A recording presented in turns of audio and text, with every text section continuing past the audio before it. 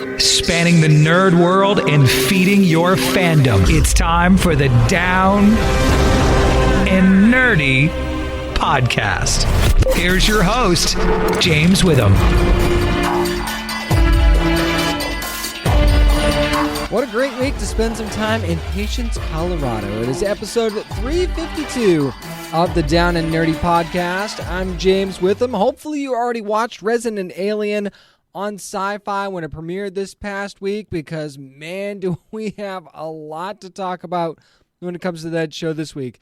I got a chance to talk to quite a few members of the cast about the series, actually. Sara Tomko, Alice Wetterlund, Corey Reynolds, Levi Fiehler, all here to talk to me about Resident Alien from Sci-Fi. Maybe we get just a little spoilery on the first episode if you haven't seen it yet. And man, it was such a good one too. Also going to be talking about our new sponsor this week, Care Of, and how you can get some amazing vitamins and supplements delivered right to your door. There's some great comics to talk about this week, some very, very interesting nerd news. But starting things off, it's going to be a little chilly. Going to be talking about the season 2 premiere of Snowpiercer. Going to drop some spoilers while we're at it next on the Down and Nerdy podcast. This is Karen Ashley from Mighty Morphin Power Rangers, and you're listening to Down and Nerdy podcast. It's all connected, literally, as we start the second season of Snowpiercer on TNT. And boy, was there a lot going on in this first episode of season 2. So big spoilers here coming up as the episode's already aired. So let's talk some spoilers. You got Big Alice connected to the Snowpiercer now, right? So here's the most interesting thing that happened right off the bat. And I don't know why I didn't think about this when I was watching the trailers. The tail is not the tail anymore. So now it's like this border between the two trains. And the war always happens on the border, right? That's like the front line. So that's where things are going to go down. And it goes down in this episode. Mr. Wilford doesn't waste any time playing hardball either. Apparently, if you stop the train, the temperature just drops and everybody dies. That's another thing you kind of forget when you watch this show and you get so deep into the character building that they've done in season 1. So Mr. Wilford uses Melanie's daughter, Alex, as his collector or enforcer, and it turns out there's a lot more to her character than meets the eyes we're going through this first episode. So you've got everybody on Snowpiercer running around trying to save their lives by getting all these items. And then meanwhile, you've got Melanie, who spent way too much time outside the train. I was really starting to, get my blood pressure was going up. I'm like, get back on the train. And they're even yelling at her, get back on the train. I'm like, yeah, get your ass back on the train. What are you doing? Especially when you see that hole go in her suit. That was not good. So when she does finally get back on the train, it's on the Big Alice side, and we get to see this confrontation right off the bat between Melanie and Mr. Wilford, and they've got history. And Mr. Wilford's like, you stole my train, I want it back. And there's a lot more complicated than that, but that's kind of the gist of it, okay? And remember, Melanie doesn't even know her daughter is alive. And Mr. Wilford has completely brainwashed Alex. And you want to talk about using someone as a pawn against someone else. That's what Mr. Wilford tries to do here, but Melanie's such an interesting and strong character. While Alex is certainly a weakness for her, she doesn't let that affect what she needs to do to survive and to basically, for a lack of a better way of putting it, get what she wants. So, and she knows what her end game needs to be. And if Melanie's nothing, she's a survivor, okay? You might not have liked her right away in the first season, but she's tough, and she really holds tough against Mr. Wilford and everything that he's trying to do. And she even says, hey, Layton's in charge of the Snowpiercer now. You want your train back, talk to him. Mr. Wilford doesn't seem to care about that, and as much as he tries to force Melanie to do something, she just doesn't. She does not budge, and she takes some serious risks too, by the way. Like that explosion thing that happens at the end of the first episode, that was a huge risk on her part, but boy, did it pay off. Now, you go back on the Snowpiercer side, and, Layton's already got this, really, very loose democracy right now, right? That's what he's trying to preach to everyone on Snowpiercer, right? You know, the whole everybody's equal thing, everybody gets a voice. But then he's got to deal with this kind of incursion from the group from Big Alice and how they're going to survive because they seem to have no control over anything that's going on now. And he's got the whole thing with, you know, his baby's on board literally now.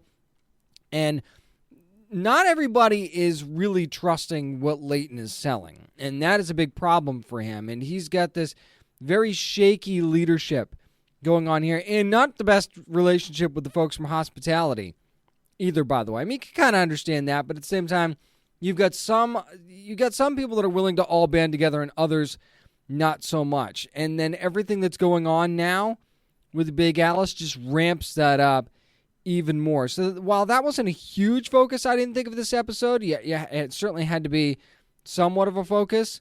Their people are still dying, but it's just a different war this time. And you could argue an even bigger war than the one they just fought. So imagine going to war to win your freedom and then having to go on a complete other war immediately right after that. You're battle weary and you've got to jump right in to this other war. And not to mention the other side, by the way, has this guy Bob. And I don't know who the hell Bob is, where he came from, why he doesn't seem to be affected by the cold at all, but he is a beast of a man. It's like when you watch Game of Thrones and you had the mountain, right?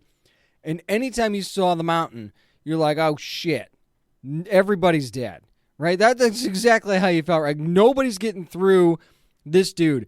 That's kind of how you feel about Bob. And the second Bob has to actually go against the Snowpiercer group, he just starts mowing these people down. And remember, they invade Big Alice, and Bob knows all the tricks. That was not at all a good move.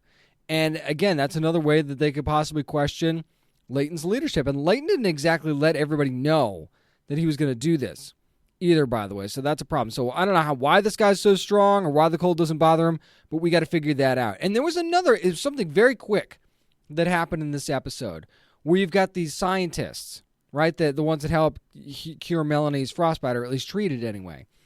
And they have this, like miracle salve. They're like, okay, just put this on, you'll be good to go. And you figure they're going to play a role, especially, and then you see Bob, you're like, they had to have something to do with that. So these scientists, I think, are going to be way more important at some point in this season. I'm not saying it's going to be in the middle, in the next episode. I don't know. I will tell you that they will be more important here at some point, and we will hear from them again. But I love Sean Bean as Mr. Wilford. And the trailer does not do it justice. I will say that. I thought he was going to be good by the trailer. I think he's really, really good. You're going to hate this guy. If you haven't watched the episode yet, you're going to hate him. There's no question about that. Question is, will he survive this season, though? That's not exactly something Sean Bean does a lot. So he's fantastic. The chemistry between he and Jennifer Connelly's Melanie is so off the charts. And Jennifer Connelly, I think, really stepped up her game, too, in the second season. I thought she was good last season. She was just as good, if not better, in this first episode of season 2 of Snowpiercer. So, I mean, who knows? Every Monday night, we get to find out a next chapter in what's going to be a very interesting second season. That's going to do it for my spoiler-filled review of Snowpiercer from TNT. Up next, let's dive in to the brand new Resident Alien series from Sci-Fi. Plenty of members of the cast joining me next on the Down and Nerdy podcast. This is comic book writer Peter Hogan, and you're listening to the Down and Nerdy podcast. There's a new doctor in the house, and he wears more faces than you actually know. Sci-Fi's Resident Alien is finally here, of course, based on the Dark Horse comic story. And I actually got a chance to sit down with quite a few members of the cast, actually, to talk about this upcoming season, this first season. And I will tell you, there will be some minor spoilers here for the first episode if you haven't seen it yet. So in all of my interviews, some minor spoilers going to be coming up for this first episode. So why not kick things off the right way, right? With Sara Tomko, who plays Asta on the show, and then you also have Alice Wetterlund, who plays Darcy. It's so fun to talk to them. Let's see what they had to say about this first season of Resident Alien. Right from the start, in the first episode of this series, I mean, you can tell it has a little bit of everything. It's not necessarily a comedy, not necessarily a drama. It's not necessarily purely sci-fi. So how would you both kind of describe it? A dramedy. A sci-com dram. Psychopomedies, maybe. And Psychopomedy. there's all kinds of different ways you could describe it, I guess. Sci-com dramedy vom. Relatable, human, messy dramedy. Messy but clean. Yes, But messy, Amblin wants us to say that. Clean, messy. messy but clean. I like that. I like that. Now, you could see also that there's, I mean, something very off about Harry. I think that's an easy way to describe it. So it seems like everybody realizes it, but without really spoiling anything, what can you tell us about Asta and Darcy's first impression of him? Darcy's turned on, and I'm going to Darcy's intrigued. Darcy's intrigued, to say the least. Honestly, Harry Vanderspiegel is like some of the dudes on my baseball team. There's this one guy who never wears a shirt, and he lives in a boat and is monosyllabic. And you're like, once you've met enough people, you're just like, oh, Harry's not that weird. Asta has a more grounded reaction, I think. Asta's, first of all, he comes in acting like he knows what he's doing as a doctor, and it's obvious that he really is so bizarre at sniffing body parts and like what is going on in that very first pilot, that she is so like offended the way he's handling a man she really respected, but then also she's so, like intrigued, and he says things so truthfully, just like word vomit coming out of his mouth, and she's had a hard time trusting men. So it's almost like a complete opposite of her normal experience with men. And then she starts to feel like, well, maybe this is a guy I can trust, actually. And then Darcy's turned on. So, and that's her best friend. So she's like, oh yeah, he can't be that bad, I guess. Yeah, I never thought about how Darcy being attracted to him makes Asta kind of have to give him a chance. Yeah, makes me feel safe, like a little bit safer. Yeah. Oh, this is just another dude that she can handle him. I mean, you could tell right away when you walk into the bar, though, that Darcy's the one you need to go to get answers, right? Because she's the bartender, she's got the pulse of the town. So how plugged in is she to patients? Yeah, I mean, patience is the vortex that keeps sucking Darcy back, and she's reluctant, but she is the town soothsayer. She knows everything about it, and she knows all the gossip and all the different, she's incredibly bored by it, but she knows it. So, Sarah, I feel like, Harry is a big focus of the show, obviously. We get to find out quite a bit about Asta's backstory in this very first episode. So, were you surprised to find out the fans would get to know her so quickly in this first episode? I was surprised and grateful, to be quite honest, because I think getting right to the messy and vulnerable is exactly where we need to begin. It's the best place. She's picking herself up after this horrifically abusive relationship and having to go back to live with her father in a town where she grew up, but because she's adopted, she feels like, she doesn't quite fit in or belong anywhere in any one box. And then here comes this guy that she's so weirded out by, and yet he feels like somebody that also maybe doesn't belong. And so there feels like this wonderful familiarity and friendship there. And I think it's so nice to just get right to the fact that a human and an alien maybe do have more in common. And I think that is right off the bat, the thing that you learn about Asta and Harry. And I think that is what is going to pull people in. So it's clear that you guys are having a blast with this show. I mean, right from the jump. But I think, we've talked about some serious stuff here. I think this is the question that the world really wants to know, though. How well do aliens hold their liquor? Poorly. Yes. Who knew that if War of the Worlds had been remade, it wouldn't be the bugs that all we needed to do was give those fuckers a shot or two, And then they would just chill out. My favorite scene is when he is like, what is that? And then he's like, can I have another? Which is so very cute. Relatable. I love at the end how Asta comes in and swoops and is like, please no, and takes the shot out of it. Mm-hmm. But it's so funny to witness him experiencing that for the first time, and yet his inner dialogue that you're hearing, like, why would people do this? I must do it more. It's just it's like a beautiful reminder of how, again, fucked up we are. Yeah, we've sworn more in this meeting with you, James, and the rest of the morning. You're welcome. So really quickly, who do you think, obviously no spoilers, but who would handle the reveal of Harry's secret better, you think, Darcy or Asta? Asta, for sure. Right? Because, yeah, maybe. I finally trust a guy, and then he tells me the biggest And he's an alien. Yeah, but like Asta's kind of like ooey gooey, like, you know, Asta definitely has more of a grip of spirituality. Like Darcy's world, I mean, Darcy's a pure atheist. She's definitely like, there's no God. She's nihilistic. And so to arrive at the conclusion that there is life on other planets and other galaxies that is too big of a concept, I think, for her, you know, self-centered world. I don't know. I feel like you would be so turned on by it. Like, see, that was my thought too. Actually, that's why I asked. Maybe, yeah. She'd probably be like, cool. Yeah, she's down for whatever. So it's a notch on her belt that she didn't expect to get. Nice. Awesome.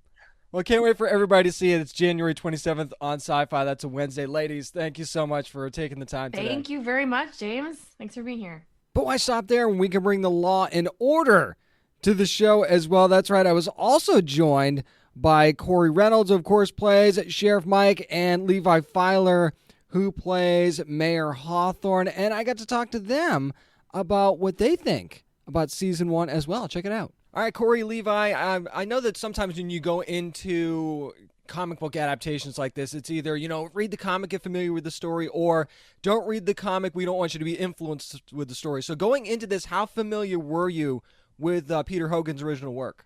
I was not familiar with it. And my wife, once I booked the show, she bought me the first issue of and I read that one. And then Chris was like, maybe keep yourself open. Maybe don't read it too much because we're taking the foundation, but we're kind of building something different. So I don't want you to be expecting one thing and something else happens. So from there, I just been reading the scripts as opposed to following the comic all the way through.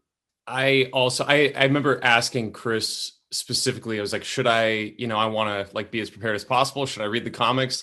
And he was like, no, your character is basically not you in the comics. He's kind of this like older, like used car salesman of a mayor with like a plaid jacket and stuff. And also there was going to be kind of a almost like a spoiler of like what was going to happen in this season that we were filming. So I kind of wanted to wait until we were done filming to read the comics. So I actually just ordered the comics and I'm waiting for them to get here so I can read them. Nice. My character is very different in the comics as well.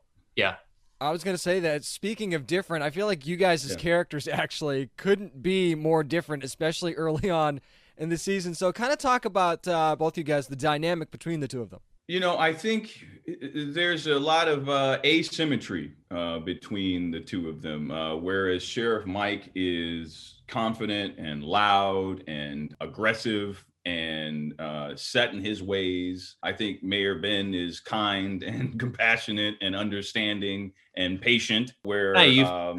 Throw naive. Maybe a little naive. And I think that Mike sees a lot of that as a weakness, but ultimately, I think the two of them together, I was just talking about this a second ago. I kind of feel like the two of them together is kind of like a Reese's Pieces, the chocolate and the peanut butter coming together, and it makes something delicious. Because when we're in scenes together, we can play off of each other, off of those two characters and their differences, and have a lot of fun with it. But they are very different. Very different. I like the Reese's Pieces. I haven't heard you. I love Reese's Pieces too. So I mean, there you go, let's man. do that. Let's do that. Yeah, that makes sense, right? Yeah, it'd be like, hey, you got your chocolate in my peanut butter. Hey, you got your peanut butter in my chocolate. And then you remember those commercials? Great combination. People were walking, they bump into each other, and their Yes. chocolate falling.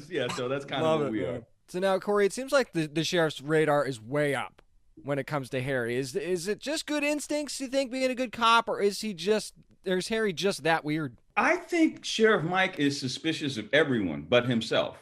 I think he sees everyone as having something to hide. And I think he also sees himself and his sheriff's department to a lesser degree than himself, but himself as the only thing keeping patients from like turning into Mad Max world. Like I think he sees himself as the arbiter of protection for the city.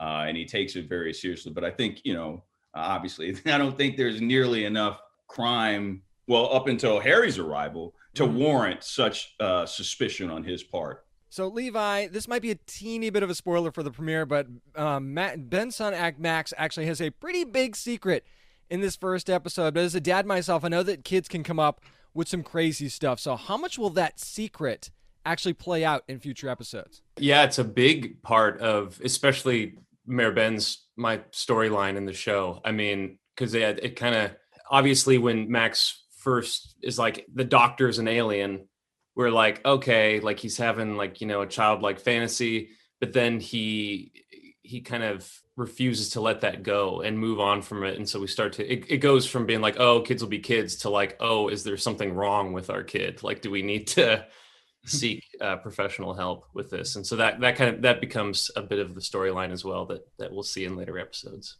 Now, Corey, you talked about how hard-nosed the sheriff actually was. What do you think makes Liv the perfect partner for him? Her patience with him, her unique ability to see kindness where others cannot. I think that she's the first one to completely see Mike as the insecure person he really is. And I think that, first of all, I love Elizabeth Bowman. She's the best partner that you could have, like whether it be on the police force or as an actor with scene work. She is fucking fantastic. But I think that she's also rooted in the town. She's been there her whole life.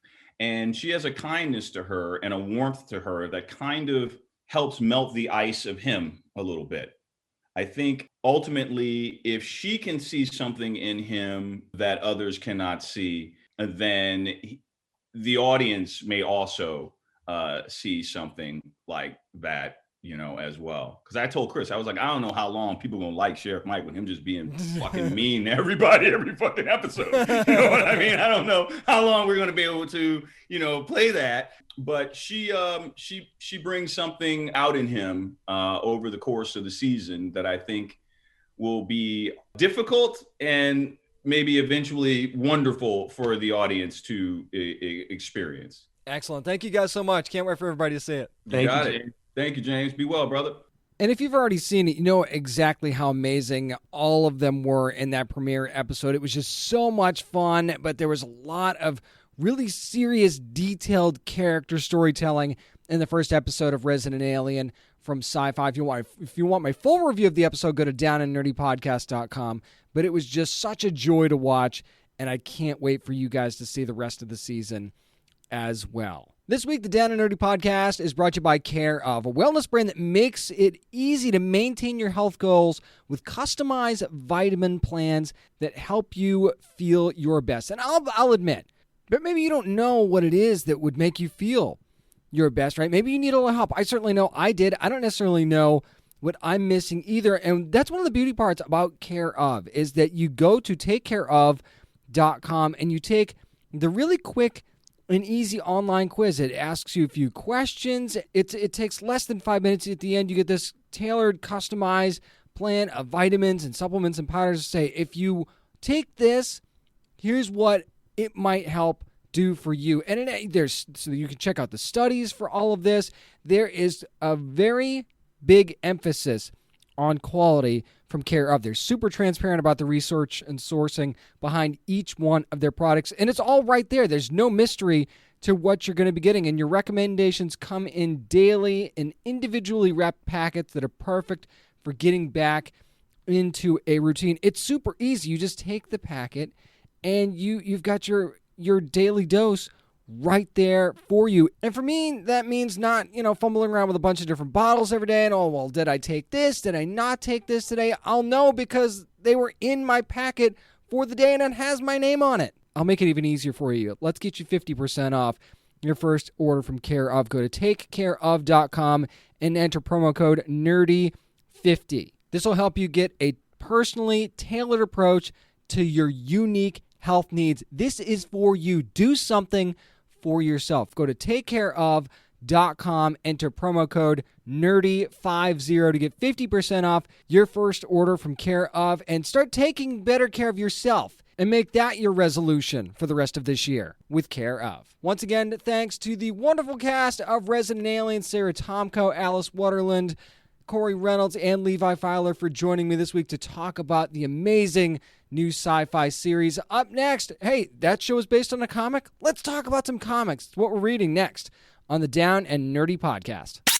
This is Matt Kint, and you're listening to the Down and Nerdy Podcast. Long boxes or hard drives, doesn't matter where you store them, whatever you're reading on, it's time for what we're reading and another dive in to DC's future state. And yes, I said that on purpose because I'm talking about Aquaman #1 from DC in the future state line. Brandon Thomas writing this one, Daniel Sempere on the art here, Adriana Lucas on the colors, Clayton Cowles on the letters. Going to be a little bit spoilery on this one, so just beware of that as we dive in, because Jackson Hyde, yes, Black Manta's son, is Aquaman in this story, and also Andy, Arthur and Mara's daughter, is Aquawoman, or Aqualass, whatever you want to call her. I mean, she prefers one over the other. If you read the book, you'll know that, but I digress.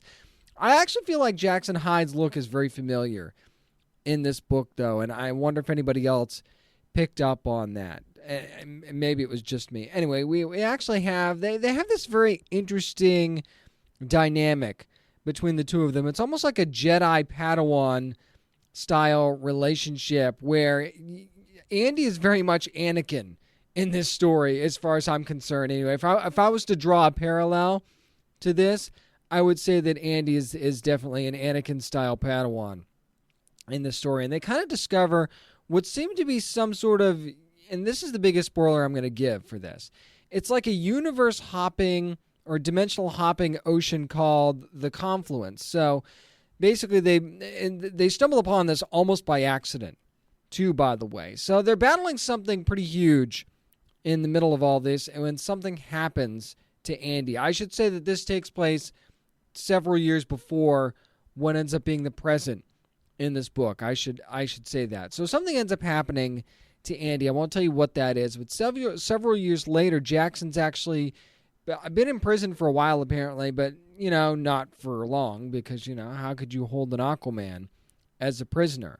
But the biggest spoiler in this book actually revolves around Andy's fate, or what could have been her fate, or what could be her fate. That is the biggest question mark that surrounds this book. And I will say this, the dynamic between Jackson and Andy is easily the best part of this story.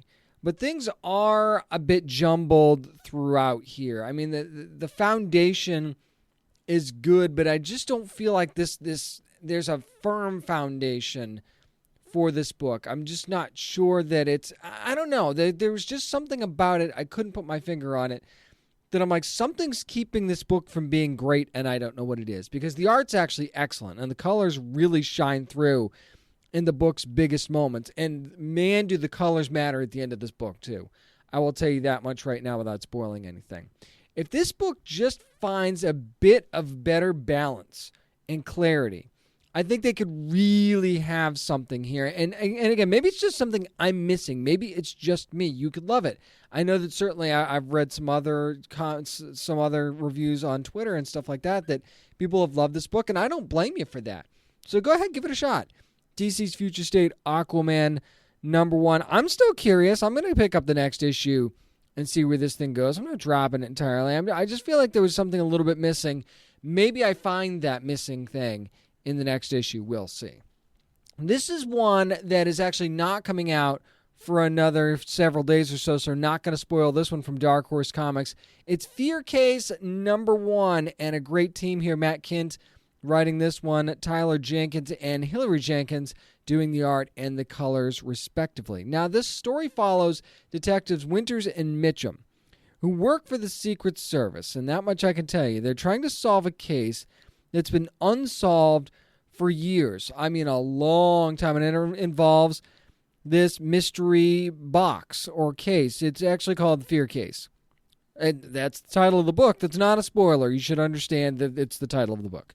Now, the case has kind of been seen throughout history, and that's explained throughout the story here, but it must be passed on. And this is in the synopsis for the book, by the way, so this isn't a spoiler either. Must be passed on within 3 days or bad things will happen. That much I will tell you. Now, who has it and what it does exactly kind of remains a mystery throughout this issue. We've seen places where this thing has been, but where it currently is right this second as you're reading the story, we don't know that for sure. Even after one issue, though, I found myself wondering if I even wanted them to find this thing at all.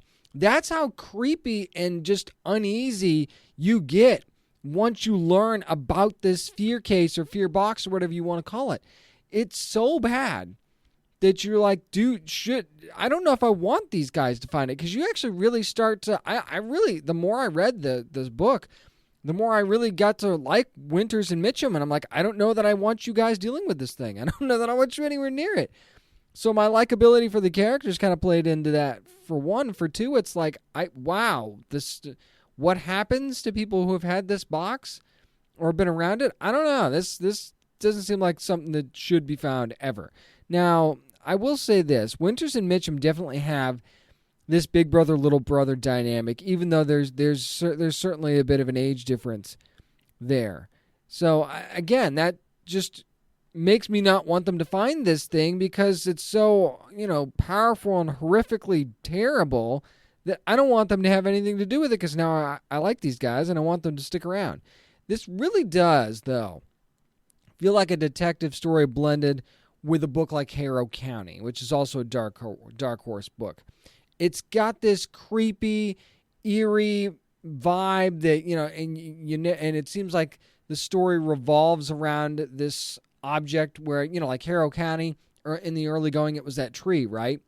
And now for this, it's this case, and bad things seem to just happen around these things. And of course, Harrow County evolved quickly after that, but at the same time, there's this just eerie vibe and a backdrop to it. And I give part of the credit to that to Tyler and Hillary Jenkins, because that art really just gives you that feeling from the start to the finish of this first issue. It almost feels like there's a haze throughout the whole thing, which kind of creates a metaphor of uncertainty as far as I'm concerned. So I'm all in on wherever this goes, and I have a feeling that I have no idea what the next twist is going to be. And to me, that is a tick in the win column, because I don't need to know right now. I need to feel like I'm not quite sure what's going to happen, and this book certainly delivered on that. Fear Case #1 from Dark Horse Comics. Make sure you're picking it up this coming New Comic Book Day. That's going to do it for what we're reading. Up next, there's going to be a lot of strong opinions on this first nerd news story, I've got a feeling, and there's some other interesting stuff as well. We'll find out more about it next. I'm James Witham, and this is the Down and Nerdy Podcast. This is Aaron Pierre from Krypton, and you're listening to the Down and Nerdy Podcast. Dreaming of the days where we could be on the con floor once again. It's time for nerd news, and this is one of those stories where you could easily just see the headline and react to that, and maybe not necessarily read the story. And I'm going to give you that headline now. This was first reported by Newsarama, that Image Comics and Skybound are planning on a cruise ship Comic-Con. Yes, you heard me right. And now this is not an official thing yet. I want to make sure that is abundantly clear. Okay, but it would be planned for either 2022 or 2023. And again, not official, but they did send out a survey to gauge interest to certain fans and certain groups. So one of the questions actually in this story from Newsarama centered around when potential con goers would actually feel safe for such an event. Now, to me, and I'm going to take as many sides to this as I can, because it's easy to dunk on this idea right now, isn't it? Because it almost seems like it's something that could never happen. We're not in a stage of our existence right now where large gatherings or in any capacity seem possible in the near future. So you look at this and you think, well, 2022 is not that far away, right? So you can't imagine that something of a large gathering could be possible by then, but it also could be possible, right? And by 2023, you'd certainly think that we have it together enough to be able to get things back to semi-normal, at least. But then I think of this idea of, okay, it's a cruise ship. And even pre-pandemic, cruise ships were, there have been reports of outbreaks of like stomach flu and stuff like that on cruise ships. And, you've heard that there was a story once, I think, that the ship was stranded and couldn't dock because there was something wrong with it, and people on the ship were eating ketchup packets and all this other stuff. And I'm not going to name names here because I don't remember exactly all the details of the story, but for every story I've heard of somebody that's gone on a cruise and had a great time, I've also heard stories of just these horrific conditions and like petri dish like settings. And again, that is all pre-pandemic. And then you think about the very beginnings of this COVID pandemic and the stories that came from cruise ships in that regard. And imagine being stuck on a cruise ship that is also a comic book convention and the crowds that bring themselves on that thing. So, I mean, it's just right now, this is not the story you want to come out right now if you're Image Comics and Skybound, because it's a bad look. And I'm sure that their intention was not for this to get out like this either. And you have to think ahead. That's the other thing that kind of needs to be understood here. I know we're worried about whether or not any conventions are going to be happening this year at all. We haven't heard a peep as far as when I'm recording this podcast anyway, about San Diego Comic-Con or WonderCon or Emerald City. None of these. It seems like we haven't heard a peep about any major convention because nobody's sure. Nobody knows what's going on and what's going to happen and what the future holds. So you were kind of in a holding pattern. But then you get this and you think there is no way in hell that this is even going to be possible. And I realize that I say this as someone who's not a fan of cruise ships and the idea of a cruise in general. I understand that I'm coming into that with this bias anyway.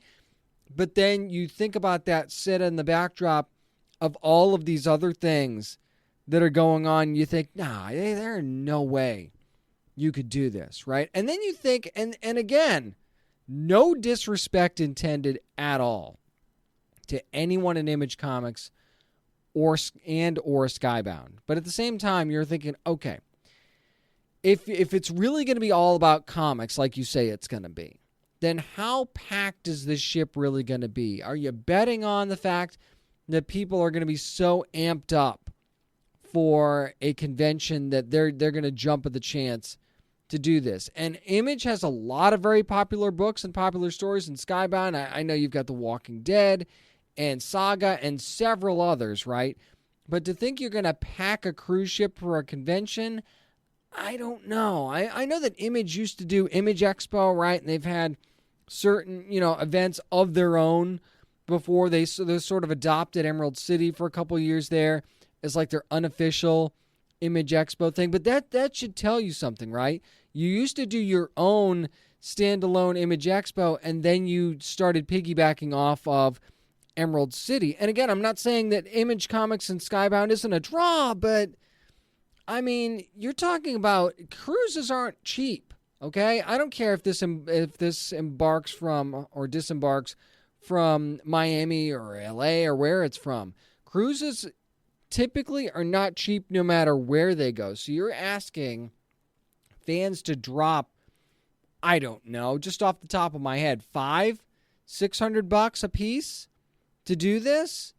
And you're talking about Image Comics here. So unless you're bringing aboard like cast members from the Walking Dead TV series and other things that Image has coming up in the pipeline here and Skybound for as far as entertainment value is concerned, I don't know that you're going to get a ton of people, especially since there's so many people still recovering financially from the pandemic, and we don't know where they're going to be at in 2022 or 2023. So again, this is not something that's actually locked in happening, but this just does not feel like the time to be talking about it or even considering it as fans, right? Maybe this is something you're all in for and you definitely spend the money, you'd be down for it, and you're like, yes, I want to do this. It'd be a great chance to get a vacation in and a convention at the same time. There's other stuff to do on cruise ships. I understand all of those things. But at the same time, right now, regardless of how you feel about this pandemic and have felt about it and where we're at right now, it just seems too soon to even bring up. It feels like we need to get to a certain point. We're still talking about whether or not we're going to be able to fill movie theaters. I don't know how we even possibly entertain the idea of filling up a cruise ship to any sort of capacity. So, I don't know. To me, this feels like a pump the brakes type of situation. And I'm sure that, and I do not blame Image and Skybound at all for wanting to sort of test the waters on this, pun intended. But I don't know, it just feels like it's too soon, and I think that they're going to figure that out once they get through their surveys. Here's something that the second I saw it, again, this is one of those things, I see the subject in the email, and I go, this is perfect. I love this immediately. And that is Netflix talking about 2 new anime series that they're going to do, and it's from properties that you absolutely love. So you've got Skull Island, yes, that Skull Island from King Kong. That's one of the anime series that they're going to be bringing. The other one, oh my goodness, I've been waiting for this. Tomb Raider. Yeah, so Tomb Raider's getting an anime series on Netflix, and so is Skull Island. Now, you want to be even more excited about Skull Island because Powerhouse Animation, yes, that Powerhouse that does Castlevania and Blood of Zeus, yeah, they're going to be the animation studio for Skull Island. How amazingly awesome is that?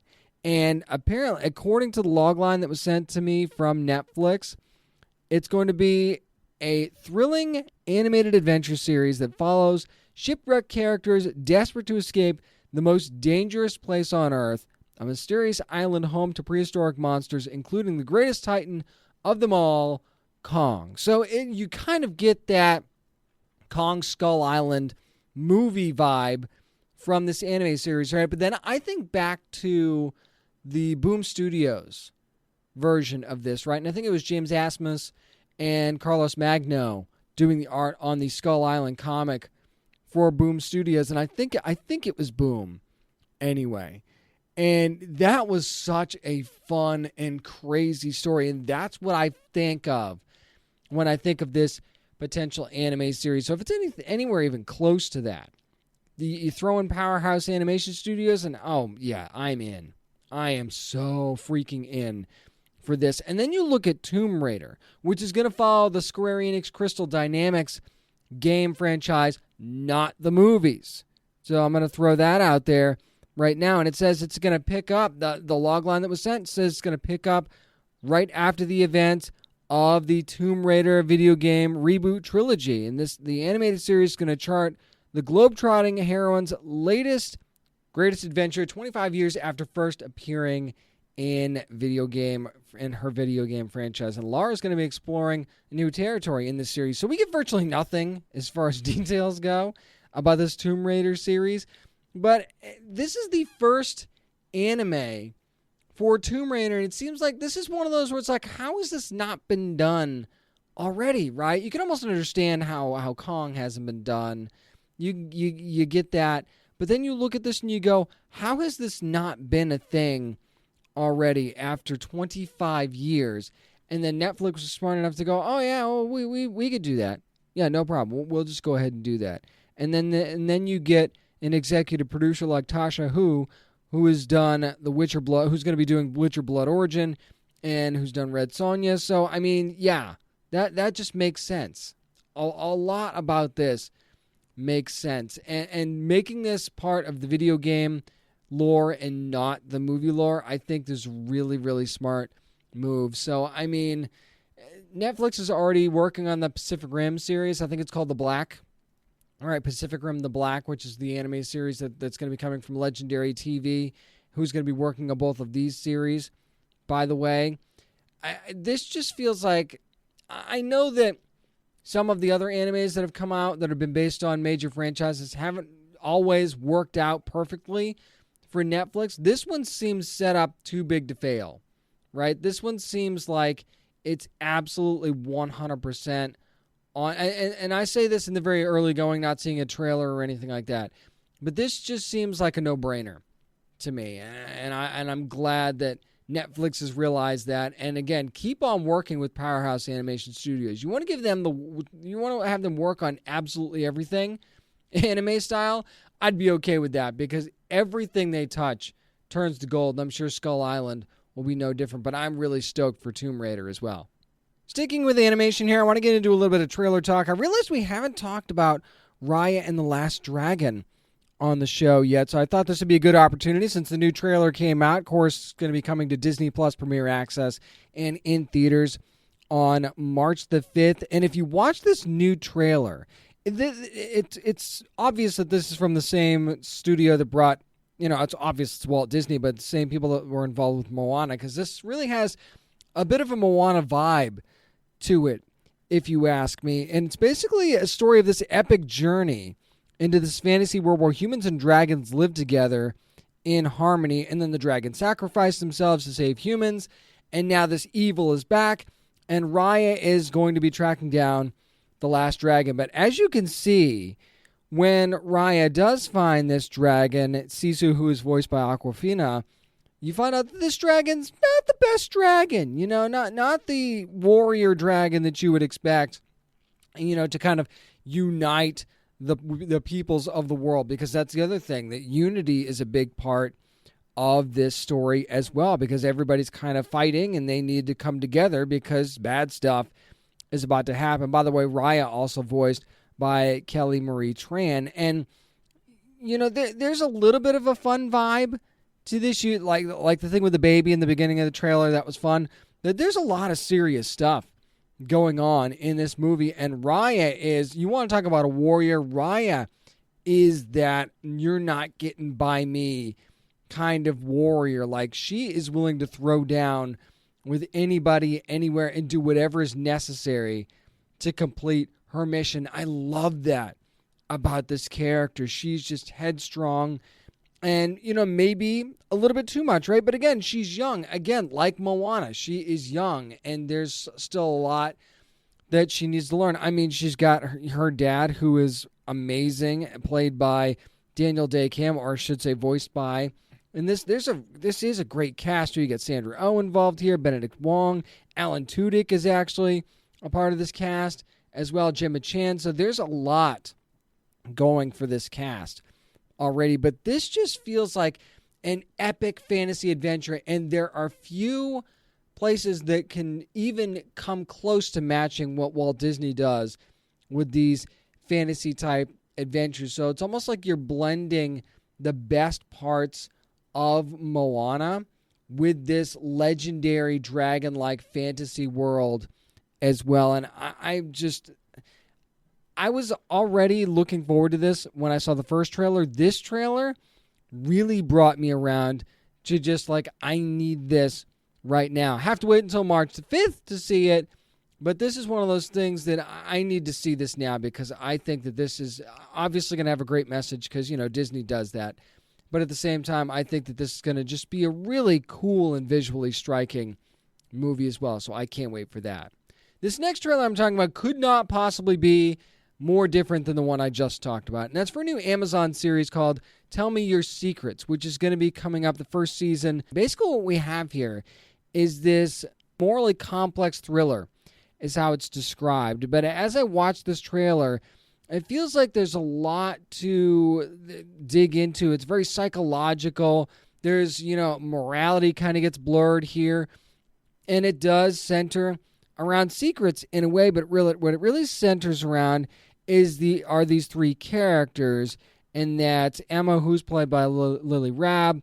You've also got another character in this, and that's Hamish Linklater's character, John, and then you've got Mary, who's played by Amy Brenneman, and she's a grieving mother. You've got Emma, who's kind of in witness protection right now, and John just happens to be a serial predator who's looking for redemption. Now, they kind of seem to get tangled up in the same story at some point, but that's not quite clear in the trailer. And then you even see Emma at the beginning of this trailer, and she's like, I'm not sure if these things that I'm seeing are nightmares or memories. And that, to me, that's what draws me in and goes and thinks there's more going on here than meets the eye. And that's what made this so interesting for me.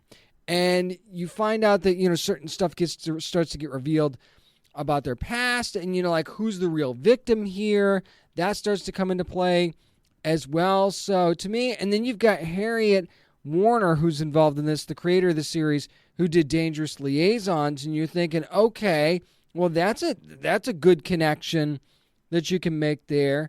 So on February 19th, that's when these 10 episodes drop, and I think this one, there's just something about this that makes me go, I'm so invested in what's going to be happening in this series, so can't wait to bring you my review of that one when the time is right. I just think that this one has a lot of potential and a very underrated cast that you might not know all the names, but once you see what they can do, you're going to be all in for this series as well. Tell Me Your Secrets, coming February 19th on Amazon Prime Video. Quickly onto some casting news that came out this week. The Sandman cast for the upcoming Netflix series has been announced. At least the first wave of casting announcements has been made anyway. Highlighted, at least I think highlighted, by Gwendolyn Christie is going to play Lucifer in the series. I think that is a big-time play. I think that Gwendolyn Christie is going to do a fantastic job in that role, and a very different Lucifer than the one that you're used to seeing on the other Netflix series played by Tom Ellis. So if you're thinking there's going to be any similarities there, nah, not at all. You'll see when you see the series. You've got Tom Surridge as Dream. Looks like that's pretty good casting there. Vivian Champong as Lucian. You've got Charles Dance as Roderick Burgess. You've got Sanjeev Bhaskar as Cain. Asim Chaudhry as Abel, and Boyd Holbrook as the Corinthian. Now, I know if you're a fan of the Sandman, you're thinking, okay, well, did they cast Death? And, maybe they're not going to have Death in season 1. I kind of thought just because the character was so popular that they'd find a way to squeeze Death into this first season of the show. It doesn't look like that's going to be the case now. I don't hate that. I think it's fine. You focus on this cast and you go from there. You're introducing a lot of people to this story. There's plenty of people that aren't familiar with the story of the Sandman from Neil Gaiman and company. So this is a good way to introduce the story, and then you kind of cater to longtime fans after that, I think. And I know fans of the Sandman aren't going to want to hear that, but this book has had a cult following for a while. You need this to be a little bit more in the mainstream way of thinking, and I think you got to introduce the general public to your main cast first before you go making any crazy decisions on who else to bring in for a second season. You have to be lucky enough to get a second season too, though, so that there is a risk there as well. Speaking of more casting, we've got Titans adding yet another Robin for this season, and that is Tim Drake has been cast, and Jay Lycurgo is going to be playing that role. You might have seen Jay in I May Destroy You on HBO. Now, he also has a role in the upcoming Matt Reeves Batman movie, and I know what you're thinking, and no, I can't imagine that this is how they'd connect the Batman to the TV world, okay? No, he's not going to be playing Tim Drake in both. I just can't see that happening. I mean, stranger things have happened, right? But I sort of doubt that, okay? And you know how smart Tim is. You know how great Tim is. I know you love the character. And I'm excited to see what he's going to be bringing to Titans, but at the same time, it makes me think, okay, there's a lot of cooks in this kitchen, and somebody's got to go, okay? Somebody from this cast has got to go at some point, because they got a lot of balls in the air right now, and they just keep adding and adding and adding, and at some point, I got to start to worry if it's going to be too much. Now, I don't know how much of a role he's going to play in this upcoming third season. It could be right at the end of the season during some sort of a transitional period, especially with whatever goes on with Jason Todd, Red Hood. Who knows? But, the fact that there really isn't a Robin right now on the show, technically, because you've got Dick Grayson's now Nightwing, and we know that the whole Red Hood thing is going to be happening. So now you've got no Robin, and of course, Batman's not going to be without a Robin forever. Enter Tim Drake. And it was only a matter of time before they cast Tim Drake for this series anyway. So, I mean, again, very early on, we'll have to wait and see. We haven't even seen a trailer, anything for Season 3 of Titans. But, I mean, with the move to HBO Max, they're going to go big. You had to know that. That's going to do it for this week's edition of the Down and Nerdy podcast. Again, thanks to the cast of Sci-Fi's Resident Alien for joining me this week. Hopefully you're watching that show every Wednesday night at 10 o'clock Eastern Time on Sci-Fi. Also, thanks to our sponsor this week, Care Of. Make sure you go to takecareof.com, enter code NERDY50. I want you to get 50% off your first Care Of order and take care of yourself early here in 2021. You want to find out more about what we've got going on? Always go to downandnerdypodcast.com. Also follow along on social media at downandnerdy757 on Twitter, on Instagram, and at downandnerdy on Facebook. Remember, you never have to apologize for being a nerd, so let your fan flag fly and be good to your fellow nerds.